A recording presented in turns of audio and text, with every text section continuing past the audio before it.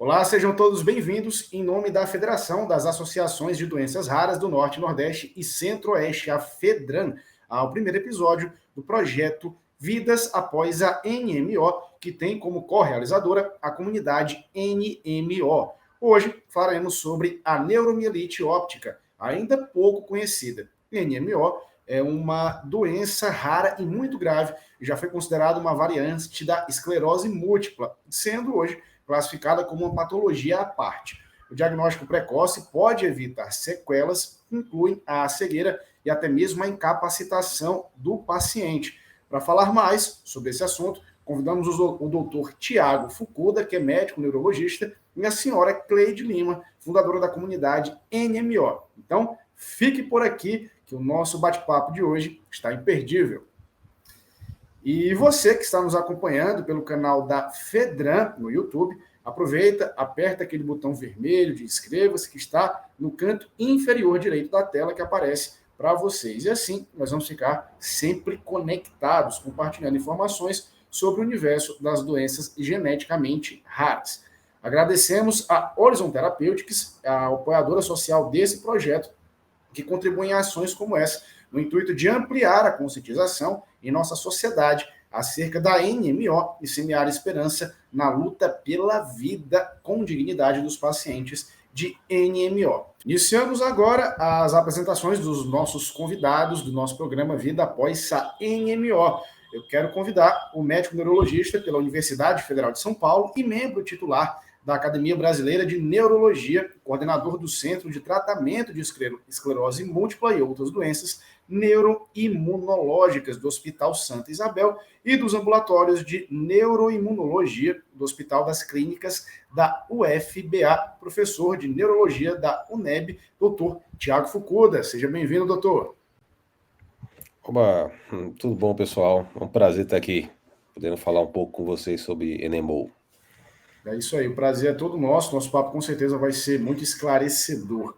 E a nossa próxima convidada é a senhora Cleide Lima, que é paciente diagnosticada com NMO, é jornalista, fundadora e coordenadora da comunidade NMO. Seja muito bem-vinda, Cleide.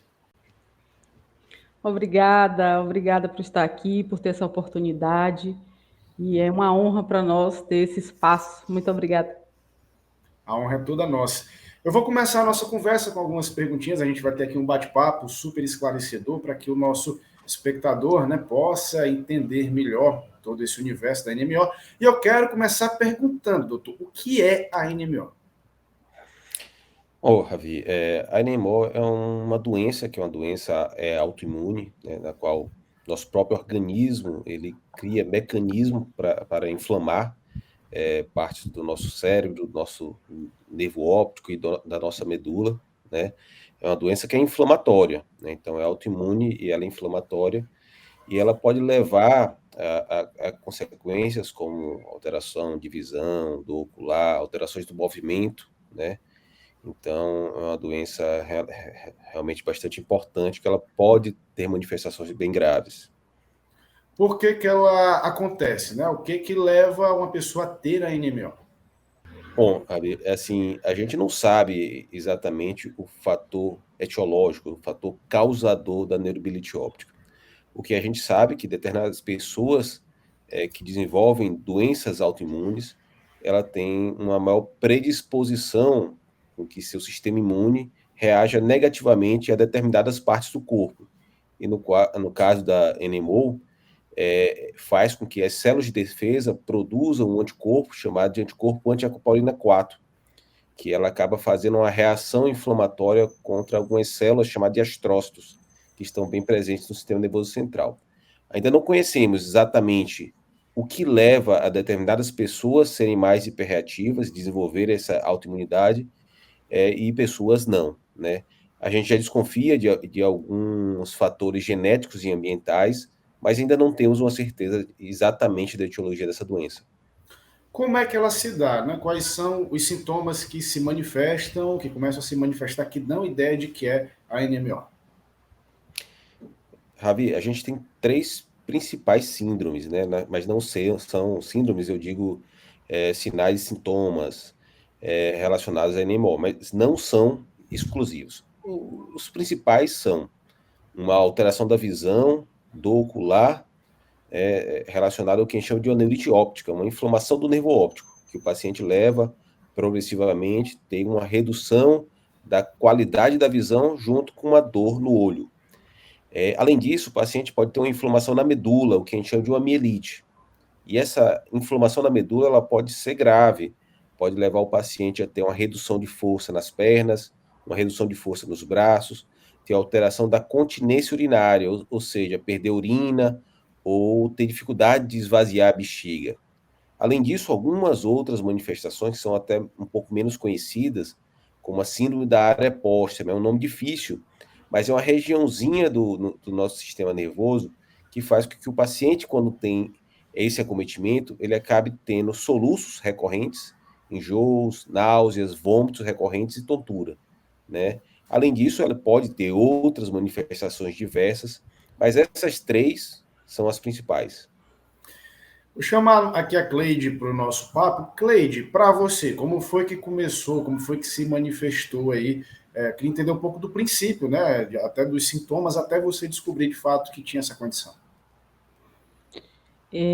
Hoje, eu sei, né, nós sabemos, os médicos que me tratam sabem, que um ano antes do que foi entendido como um sintoma da anemia, como se fosse o primeiro surto da anemia, eu já tinha tido um outro, que é dessa área que o doutor falou, né, da área póstrema, que com muitos vômitos, foram 13 dias de vômitos, né, e vários internamentos, e aquilo não passava, mas ele cedeu sozinho, né, o processo aconteceu, teve uma remissão sozinho.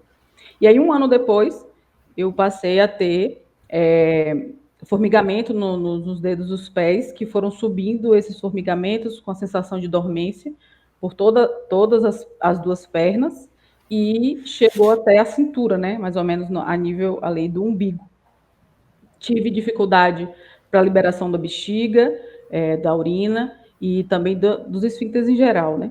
E aí, depois dessa ocorrência, eu tive um outro surto, que ainda sem entender que era NMO, sem saber que era alguma coisa neurológica, tive uma outra situação que aí afetou a visão esquerda, e foi quando começou a levantar-se essa possibilidade, foi quando eu fui buscar tratamento, e nesse tratamento inicial, ainda tinha dúvidas se era NMO ou se era esclerose, e aí depois, nesse processo de tentar encontrar o diagnóstico, eu tive um outro surto que afetou a visão direita, e aí dentro desse contexto, né, dos tratamentos que foram feitos, eu consegui recuperar o movimento das pernas, não tive mais as sensações de formigamento e as perdas, né, que eu tive relacionadas aos membros, mas a visão não recuperou. Então, o histórico breve é este. E para você, quando você teve esse diagnóstico, né, como você se sentiu sendo diagnosticada com uma doença rara como essa? No início, antes de entender o que é que seria, é muito difícil porque a gente não está entendendo o que está acontecendo com o corpo. E aí, quando a gente toma a informação de que provavelmente é uma doença neurológica degenerativa, né? Dói muito entender isso, porque a sensação que a gente tem é que a gente vai virar, no meu caso, eu achei que eu ia virar uma planta, né? Que eu iria perder todos os movimentos, que eu iria ficar disfuncional. E foi muito, muito difícil essa assimilação do diagnóstico, isso ainda enquanto suspeita. Só que passou-se tantos meses, né? E tive alguns surtos durante esses meses que foram tendo essas pioras, que quando realmente chegou o diagnóstico, que foi definido que era NMO, que não era esclerose, e que também não tinha certeza que era, né? Eu senti um certo alívio no sentido de agora eu terei um tratamento, né? Agora eu sei com o que eu estou lidando, agora os médicos sabem o que está acontecendo e podem me ajudar em relação a isso. Doutor Tiago, a gente viu nesse caso aí que durante muito tempo a NMO e a esclerose múltipla, elas se confundiam, né? As pessoas não diferenciavam no diagnóstico. Qual é que é a principal diferença entre as duas? Então, a principal diferença é que a NMO, ela faz um acometimento mais localizado no nervo óptico, na área póstuma ou na medula, e ela se faz essa inflamação devido a esse anticorpo, chamado de anticorpo anti-aquapolina 4. que é o principal divisor de águas em relação ao diagnóstico diferencial entre a esclerose múltipla e a neuromielite óptica, né? Além disso, a ressonância da neuromielite óptica é um pouco diferente da ressonância da esclerose múltipla, mas algumas vezes existem quadros que eles podem ser muito semelhantes, e a gente precisa desse anticorpo para que a gente possa diferenciar a dosagem desse anticorpo, para que a gente possa diferenciar entre uma e outra. Cleide, como é que os reflexos dessa condição, como é que eles afetaram na sua vida? Mudou alguma coisa? Como é que você lida com isso no dia a dia? Mudou, sim.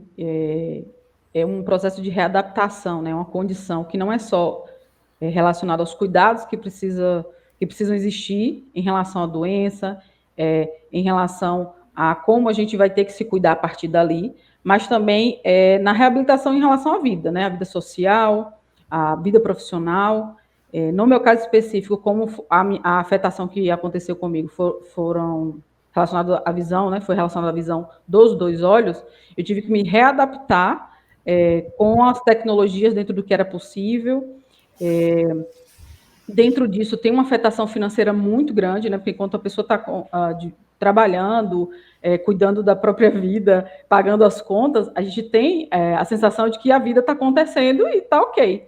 Mas quando a gente começa a não conseguir mais ser produtivo, pelo menos não da forma que era antes, e aí não tem um tempo hábil para poder se reorganizar, um tempo hábil até talvez para, não sei, buscar uma outra profissão ou um outro olhar sobre a própria profissão, fica muito difícil todo o contexto, né? O início é muito difícil. E quando eu me peguei, né, jornalista, eu me peguei, ótimo, corta a parte. E quando eu me deparei com a situação de que eu sempre trabalhei com comunicação, com a imagem, desenvolvendo materiais, e que eu precisava, minha fonte de trabalho principal para a percepção do mundo, para a percepção do que eu precisava fazer e entregar, era a visão. Eu tive que entender que as coisas não poderiam ser feitas mais como eram antes e que eu tinha que encontrar outras formas de fazê-las.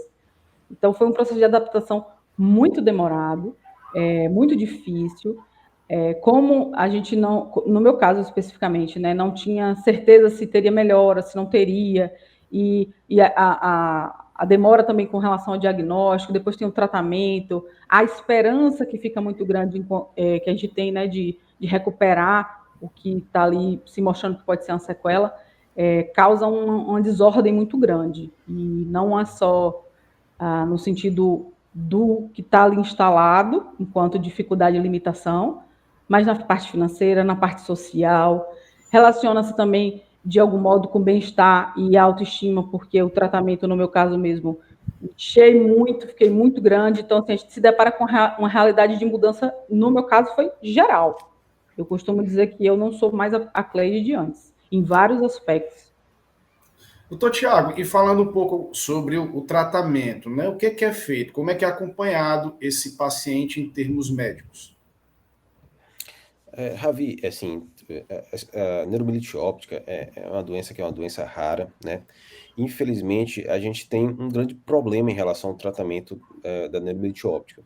Hoje a gente não tem nem mesmo um consenso terapêutico pelas sociedades médicas, né? A gente não tem nenhum protocolo de tratamento que é disponibilizado pelo SUS. A gente não tem nenhuma medicação que esteja em bula, que tenha uma distribuição mesmo para você comprar, né? Então, a gente enfrenta uma grande barreira relacionada ao tratamento da neuromielite óptica. A gente acaba utilizando medicações que a gente sabe que são eficazes por diversos estudos, mas que nem tem uma aprovação em bula pela Anvisa. A gente tem medicações que são mais eficazes, que a gente tem uma grande dificuldade para conseguir pelo acesso, principalmente porque ela não está em bula e porque não existe nenhum protocolo público, né, nem mesmo privado no rol da ANS. Então, é um grande desafio tratar pacientes com neuromielite óptica, né? Conseguimos alguns avanços com a secretaria para a dispensação de algumas medicações, mas ainda é muito incipiente o que a gente pode fazer, né, para o tratamento da neuromielite óptica, realmente. Cleide, eu imagino que essa falta de um tratamento específico, né? Eu acredito que isso influencia bastante aí no seu dia a dia, né, na condição que você vive. Eu entendo que o que afeta principalmente é a condição de acreditar que pode ter uma melhora ali, né? É uma ampliação absurda da ansiedade, da gente não saber até que ponto que as coisas irão acontecer, de modo que estabilize a doença, de modo que a gente não tenha mais sequelas, de modo que a gente consiga se colocar novamente para o mundo útil, né, de um jeito útil, com um olhar positivo. Então, a falta a sensação que eu tenho é que a falta de uma terapia, né, específica para a NMO nos causa essa ansiedade muito grande de será que o meu quadro vai estabilizar? Será que eu vou ficar bem? Será que as coisas podem um dia realmente entrarem em uma calmaria, né? E a gente vive com esse suspense de que a qualquer momento a gente pode ter um surto novo. Eu acho que pode derivar justamente dessa insegurança em relação não é que a medicação não funcione, mas a gente sabe que não é especificamente para, né? Então a gente tem essa angústia, e dentro da condição de paciente, eu sinto dessa forma, eu fico sempre como se fosse uma sombra, né? Não estou amparada o suficiente, não estou amparada como poderia, e será, aí fica só nesse será, será. E é muito estranho, é uma condição muito estranha. Doutor, mesmo com essas dificuldades, né, dificuldades de tratamento, dificuldades às vezes até de diagnóstico, que a gente sabe que o sistema de saúde no Brasil, seja ele privado, seja ele público, ele tem algumas dificuldades, principalmente de acesso, não que não existam as tecnologias, mas principalmente de acesso para grande parte das pessoas. Mas mesmo com todas essas dificuldades, um paciente de NMO, ele tem condições de viver bem, de ter uma boa qualidade de vida? Sim, assim, é claro que os pacientes, o que influencia muito, assim, um bom controle de doença e uma boa qualidade de vida é um diagnóstico precoce, né? Então, assim, esse paciente, quando ele consegue ter acesso a um diagnóstico precoce, seja por realização de exames ou a consulta com o neurologista que consiga dar esse diagnóstico, a gente consegue instituir tratamentos que a gente consegue modificar, pelo menos, a ocorrência de novos surtos.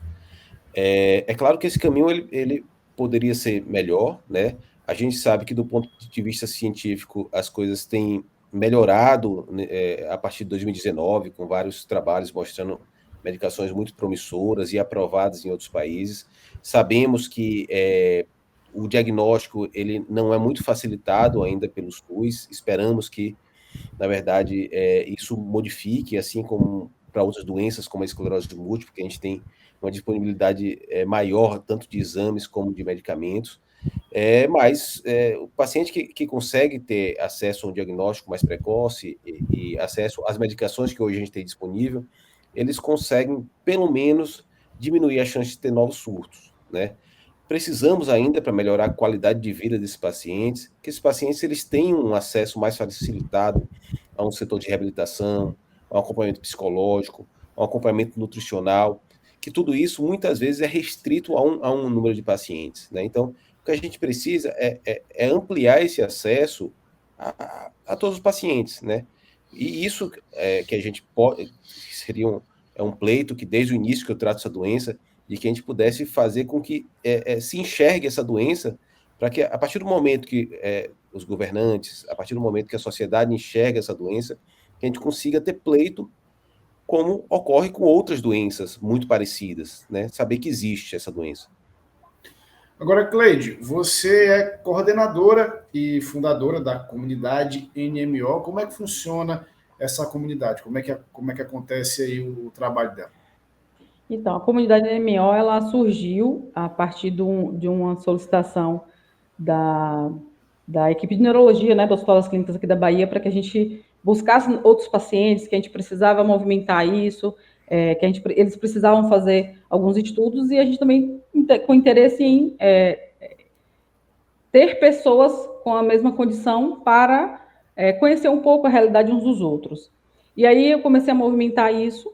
Esse estudo científico saiu, mas a comunidade não se desfez, né? Então, hoje nós atuamos muito além das informações que levamos em relação à doença, a gente atua muito como rede de apoio para as pessoas que têm NMO, familiares, cuidadores, e temos já vários projetos aí engatilhados para que a gente consiga realmente ter ações que sejam efetivas para apoiar e ajudar na qualidade de vida dessas pessoas, no bem-estar delas, apesar do diagnóstico de NMO.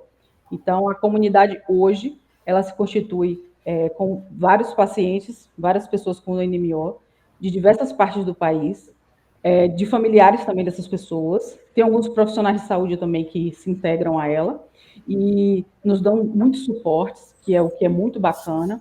E assim, surgiu de uma necessidade, né, de um apoio para um grupo médico, e hoje ela existe para que nós possamos nos apoiar, para que nós possamos ter um local, um lugar, uma entidade que nos dê segurança dentro do que é possível, que tragam ações para que a nossa qualidade de vida possa ser alcançada e atingida.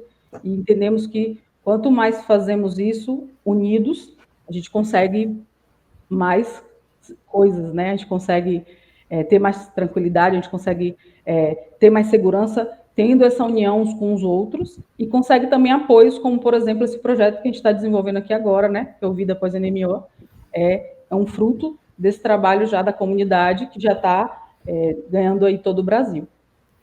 Cleide, eu imagino que alguns pacientes, né, talvez até recém-diagnosticados com NMO, estão nos assistindo nesse momento, e se eles quiserem ter acesso a essa comunidade, como é que eles fazem?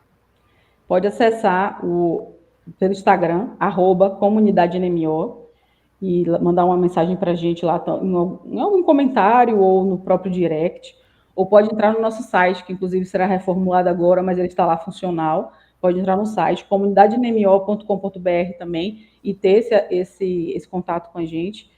Não tem nenhuma dificuldade, assim que a gente vê, a gente já responde, e não precisa ter receios, né? Às vezes eu recebo assim, mas eu não quero aparecer em lugar nenhum, mas eu não quero participar de grupo do WhatsApp. A gente tem o grupo do WhatsApp, claro, mas a gente também tem pessoas da comunidade que não estão ali dentro do grupo do WhatsApp, porque são várias formas de comunicar. Então, agora a gente está desenvolvendo e melhorando as nossas redes de comunicação, mas nesse momento específico, as pessoas conseguem entrar em contato com a gente pelo Instagram e pelo nosso site. Doutor Tiago, a gente já falou a respeito do diagnóstico, né? Mas eu quero saber assim, quais são as principais dificuldades para se fechar o diagnóstico de fato de NMO?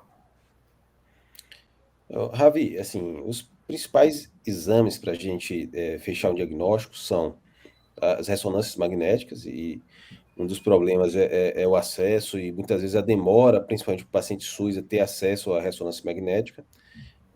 O anticopolina 4, que é esse exame de sangue que mede esse anticorpo, que está presente em uma boa parte dos pacientes com neuromielite óptica, que não é dado pelo SUS, né? Então, às vezes, a gente depende, por exemplo, de uma rede SARA, ou até mesmo, algumas vezes, a gente consegue de um kit de uma doação de alguma associação para fazer.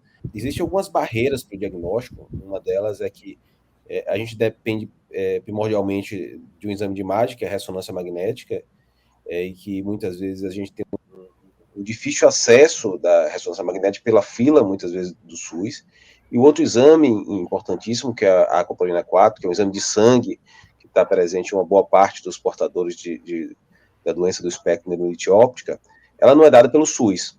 Algumas vezes a gente consegue, por exemplo, fazer em alguma instituição, como o Hospital SARA, ou mesmo alguns kits de exame que são doados algumas vezes pela Academia Brasileira de Neurologia, mas não é um exame que esteja instituído como um exame dado pelo SUS. Né? Outros exames de sangue também são importantíssimos para a gente descartar outras doenças, e o próprio exame do líquor também, eles também a gente tem uma certa dificuldade para fazer.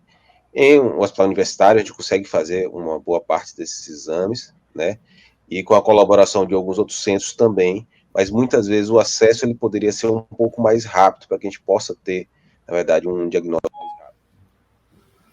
Cleide, na época do seu diagnóstico, como é que foi? Assim, quanto tempo faz que você foi diagnosticado com NMO e como é que foi o seu diagnóstico? Ele saiu rápido, ele foi demorado? Eu considero que foi demorado, principalmente pela sucessão de surtos que eu tive, né? Ele durou 9 meses do primeiro sintoma do segundo surto, como eu falei, né? Porque o primeiro não foi entendido como NMO, ficou só como alguma indisposição gástrica, né? Por conta dos vômitos. Então, foram 9 meses até chegar o diagnóstico. E foram 9 meses muito difíceis, angustiosos, com pioras, com melhoras, e principalmente o primeiro contato, né, de entender que é uma doença neurológica, para procurar os médicos específicos, os neurologistas, que pudessem já dar algum tratamento naquele ponto. Então, acabou que eu fiquei com essa sequela visual, né, por conta dessa demora, desse gap grande demais, relacionado a que eu considero, tá, o primeiro sintoma, até eu realmente conseguir ter um tratamento e ter a estabilidade, estabilizar, né, o quadro, como é o que a gente espera enquanto paciente. Faz quanto tempo que você convive com NMO? Eu tive sintomas em setembro de 2017, mas o diagnóstico foi junho de 2018. Então, eu já convivo com ela desde 2017. Imagino que quando você tem um diagnóstico como esse, que você vai atrás do tratamento, acredito que o apoio, ali, uma rede de apoio, inclusive das pessoas mais próximas, da família, dos amigos, seja importante, né? Então, é um dos motivos que a comunidade hoje existe, né? A gente percebe que, às vezes, não encontramos o apoio onde achamos que deveríamos encontrar. Então, em casos assim, nós nos colocamos disponíveis para dar esse apoio. E são de diversas formas. Nós temos hoje psicólogos com a gente trabalhando, nós temos fonoaudiólogos, fisioterapeutas, temos médicos, neurologistas, né, que estão com a gente, que tiram dúvidas, a gente vai lá, te pergunta a ele, tira dúvida, volta. Então, temos hoje uma rede, realmente, que nos apoia para poder dar o mínimo apoio possível, porque nem todos a gente consegue, né? Então, essa rede de apoio é indispensável. Inclusive, nós fizemos agora no Março Verde, que é o mês de conscientização da neuromielite óptica, uma cartilha para pacientes, cuidadores, familiares, e que a gente trouxe esses pontos, né? E dos tópicos da cartilha é justamente a necessidade das pessoas que estão ali envolvidas, direta ou indiretamente, perceberem que são um ponto de apoio extremamente importante para esses pacientes, e que sem eles a vida da gente seria muito mais difícil, principalmente nesse período, né, de começo de sintoma, até se fechar um diagnóstico, de ter sequelas ou não, né, elas podem ser temporárias ou não, então, ou permanentes. Então, dentro desse contexto inteiro, a gente precisa, sim, de apoios. Então, sejam eles profissionais, ou sejam eles mesmo de pessoas próximas, aquela amizade que pode contar, que a gente pode contar. Eu falo muito e defendo muito o apoio psicológico, porque a gente se desorganiza muito emocionalmente, né? Mentalmente, e as coisas vão mudando na vida, não tem jeito, a gente precisa se readaptar. Então, o apoio é indispensável, e por isso que a comunidade existe, para que a gente seja esse lugar. Doutor Tiago, esse apoio psicológico, de fato, ele tem essa importância? O senhor consegue ver a evolução clínica, por exemplo, ou pelo menos a amenização dos sintomas dos pacientes, tendo esse reforço psicológico? Claro, assim, o apoio psicológico, né, e o controle tanto de doenças que são associadas, como a própria ansiedade, depressão, que podem vir no decurso do diagnóstico, como mesmo o maior entendimento da doença, ela é fundamental. A gente sabe que existe uma ligação muito importante entre a nossa mente e as doenças autoimunes, né? É bem frequente em momentos de que pacientes estão mais estressados, mais tristes, mais depressivos, terem mais risco de terem atividades inflamatórias, né? Isso é válido para todas as doenças autoimunes.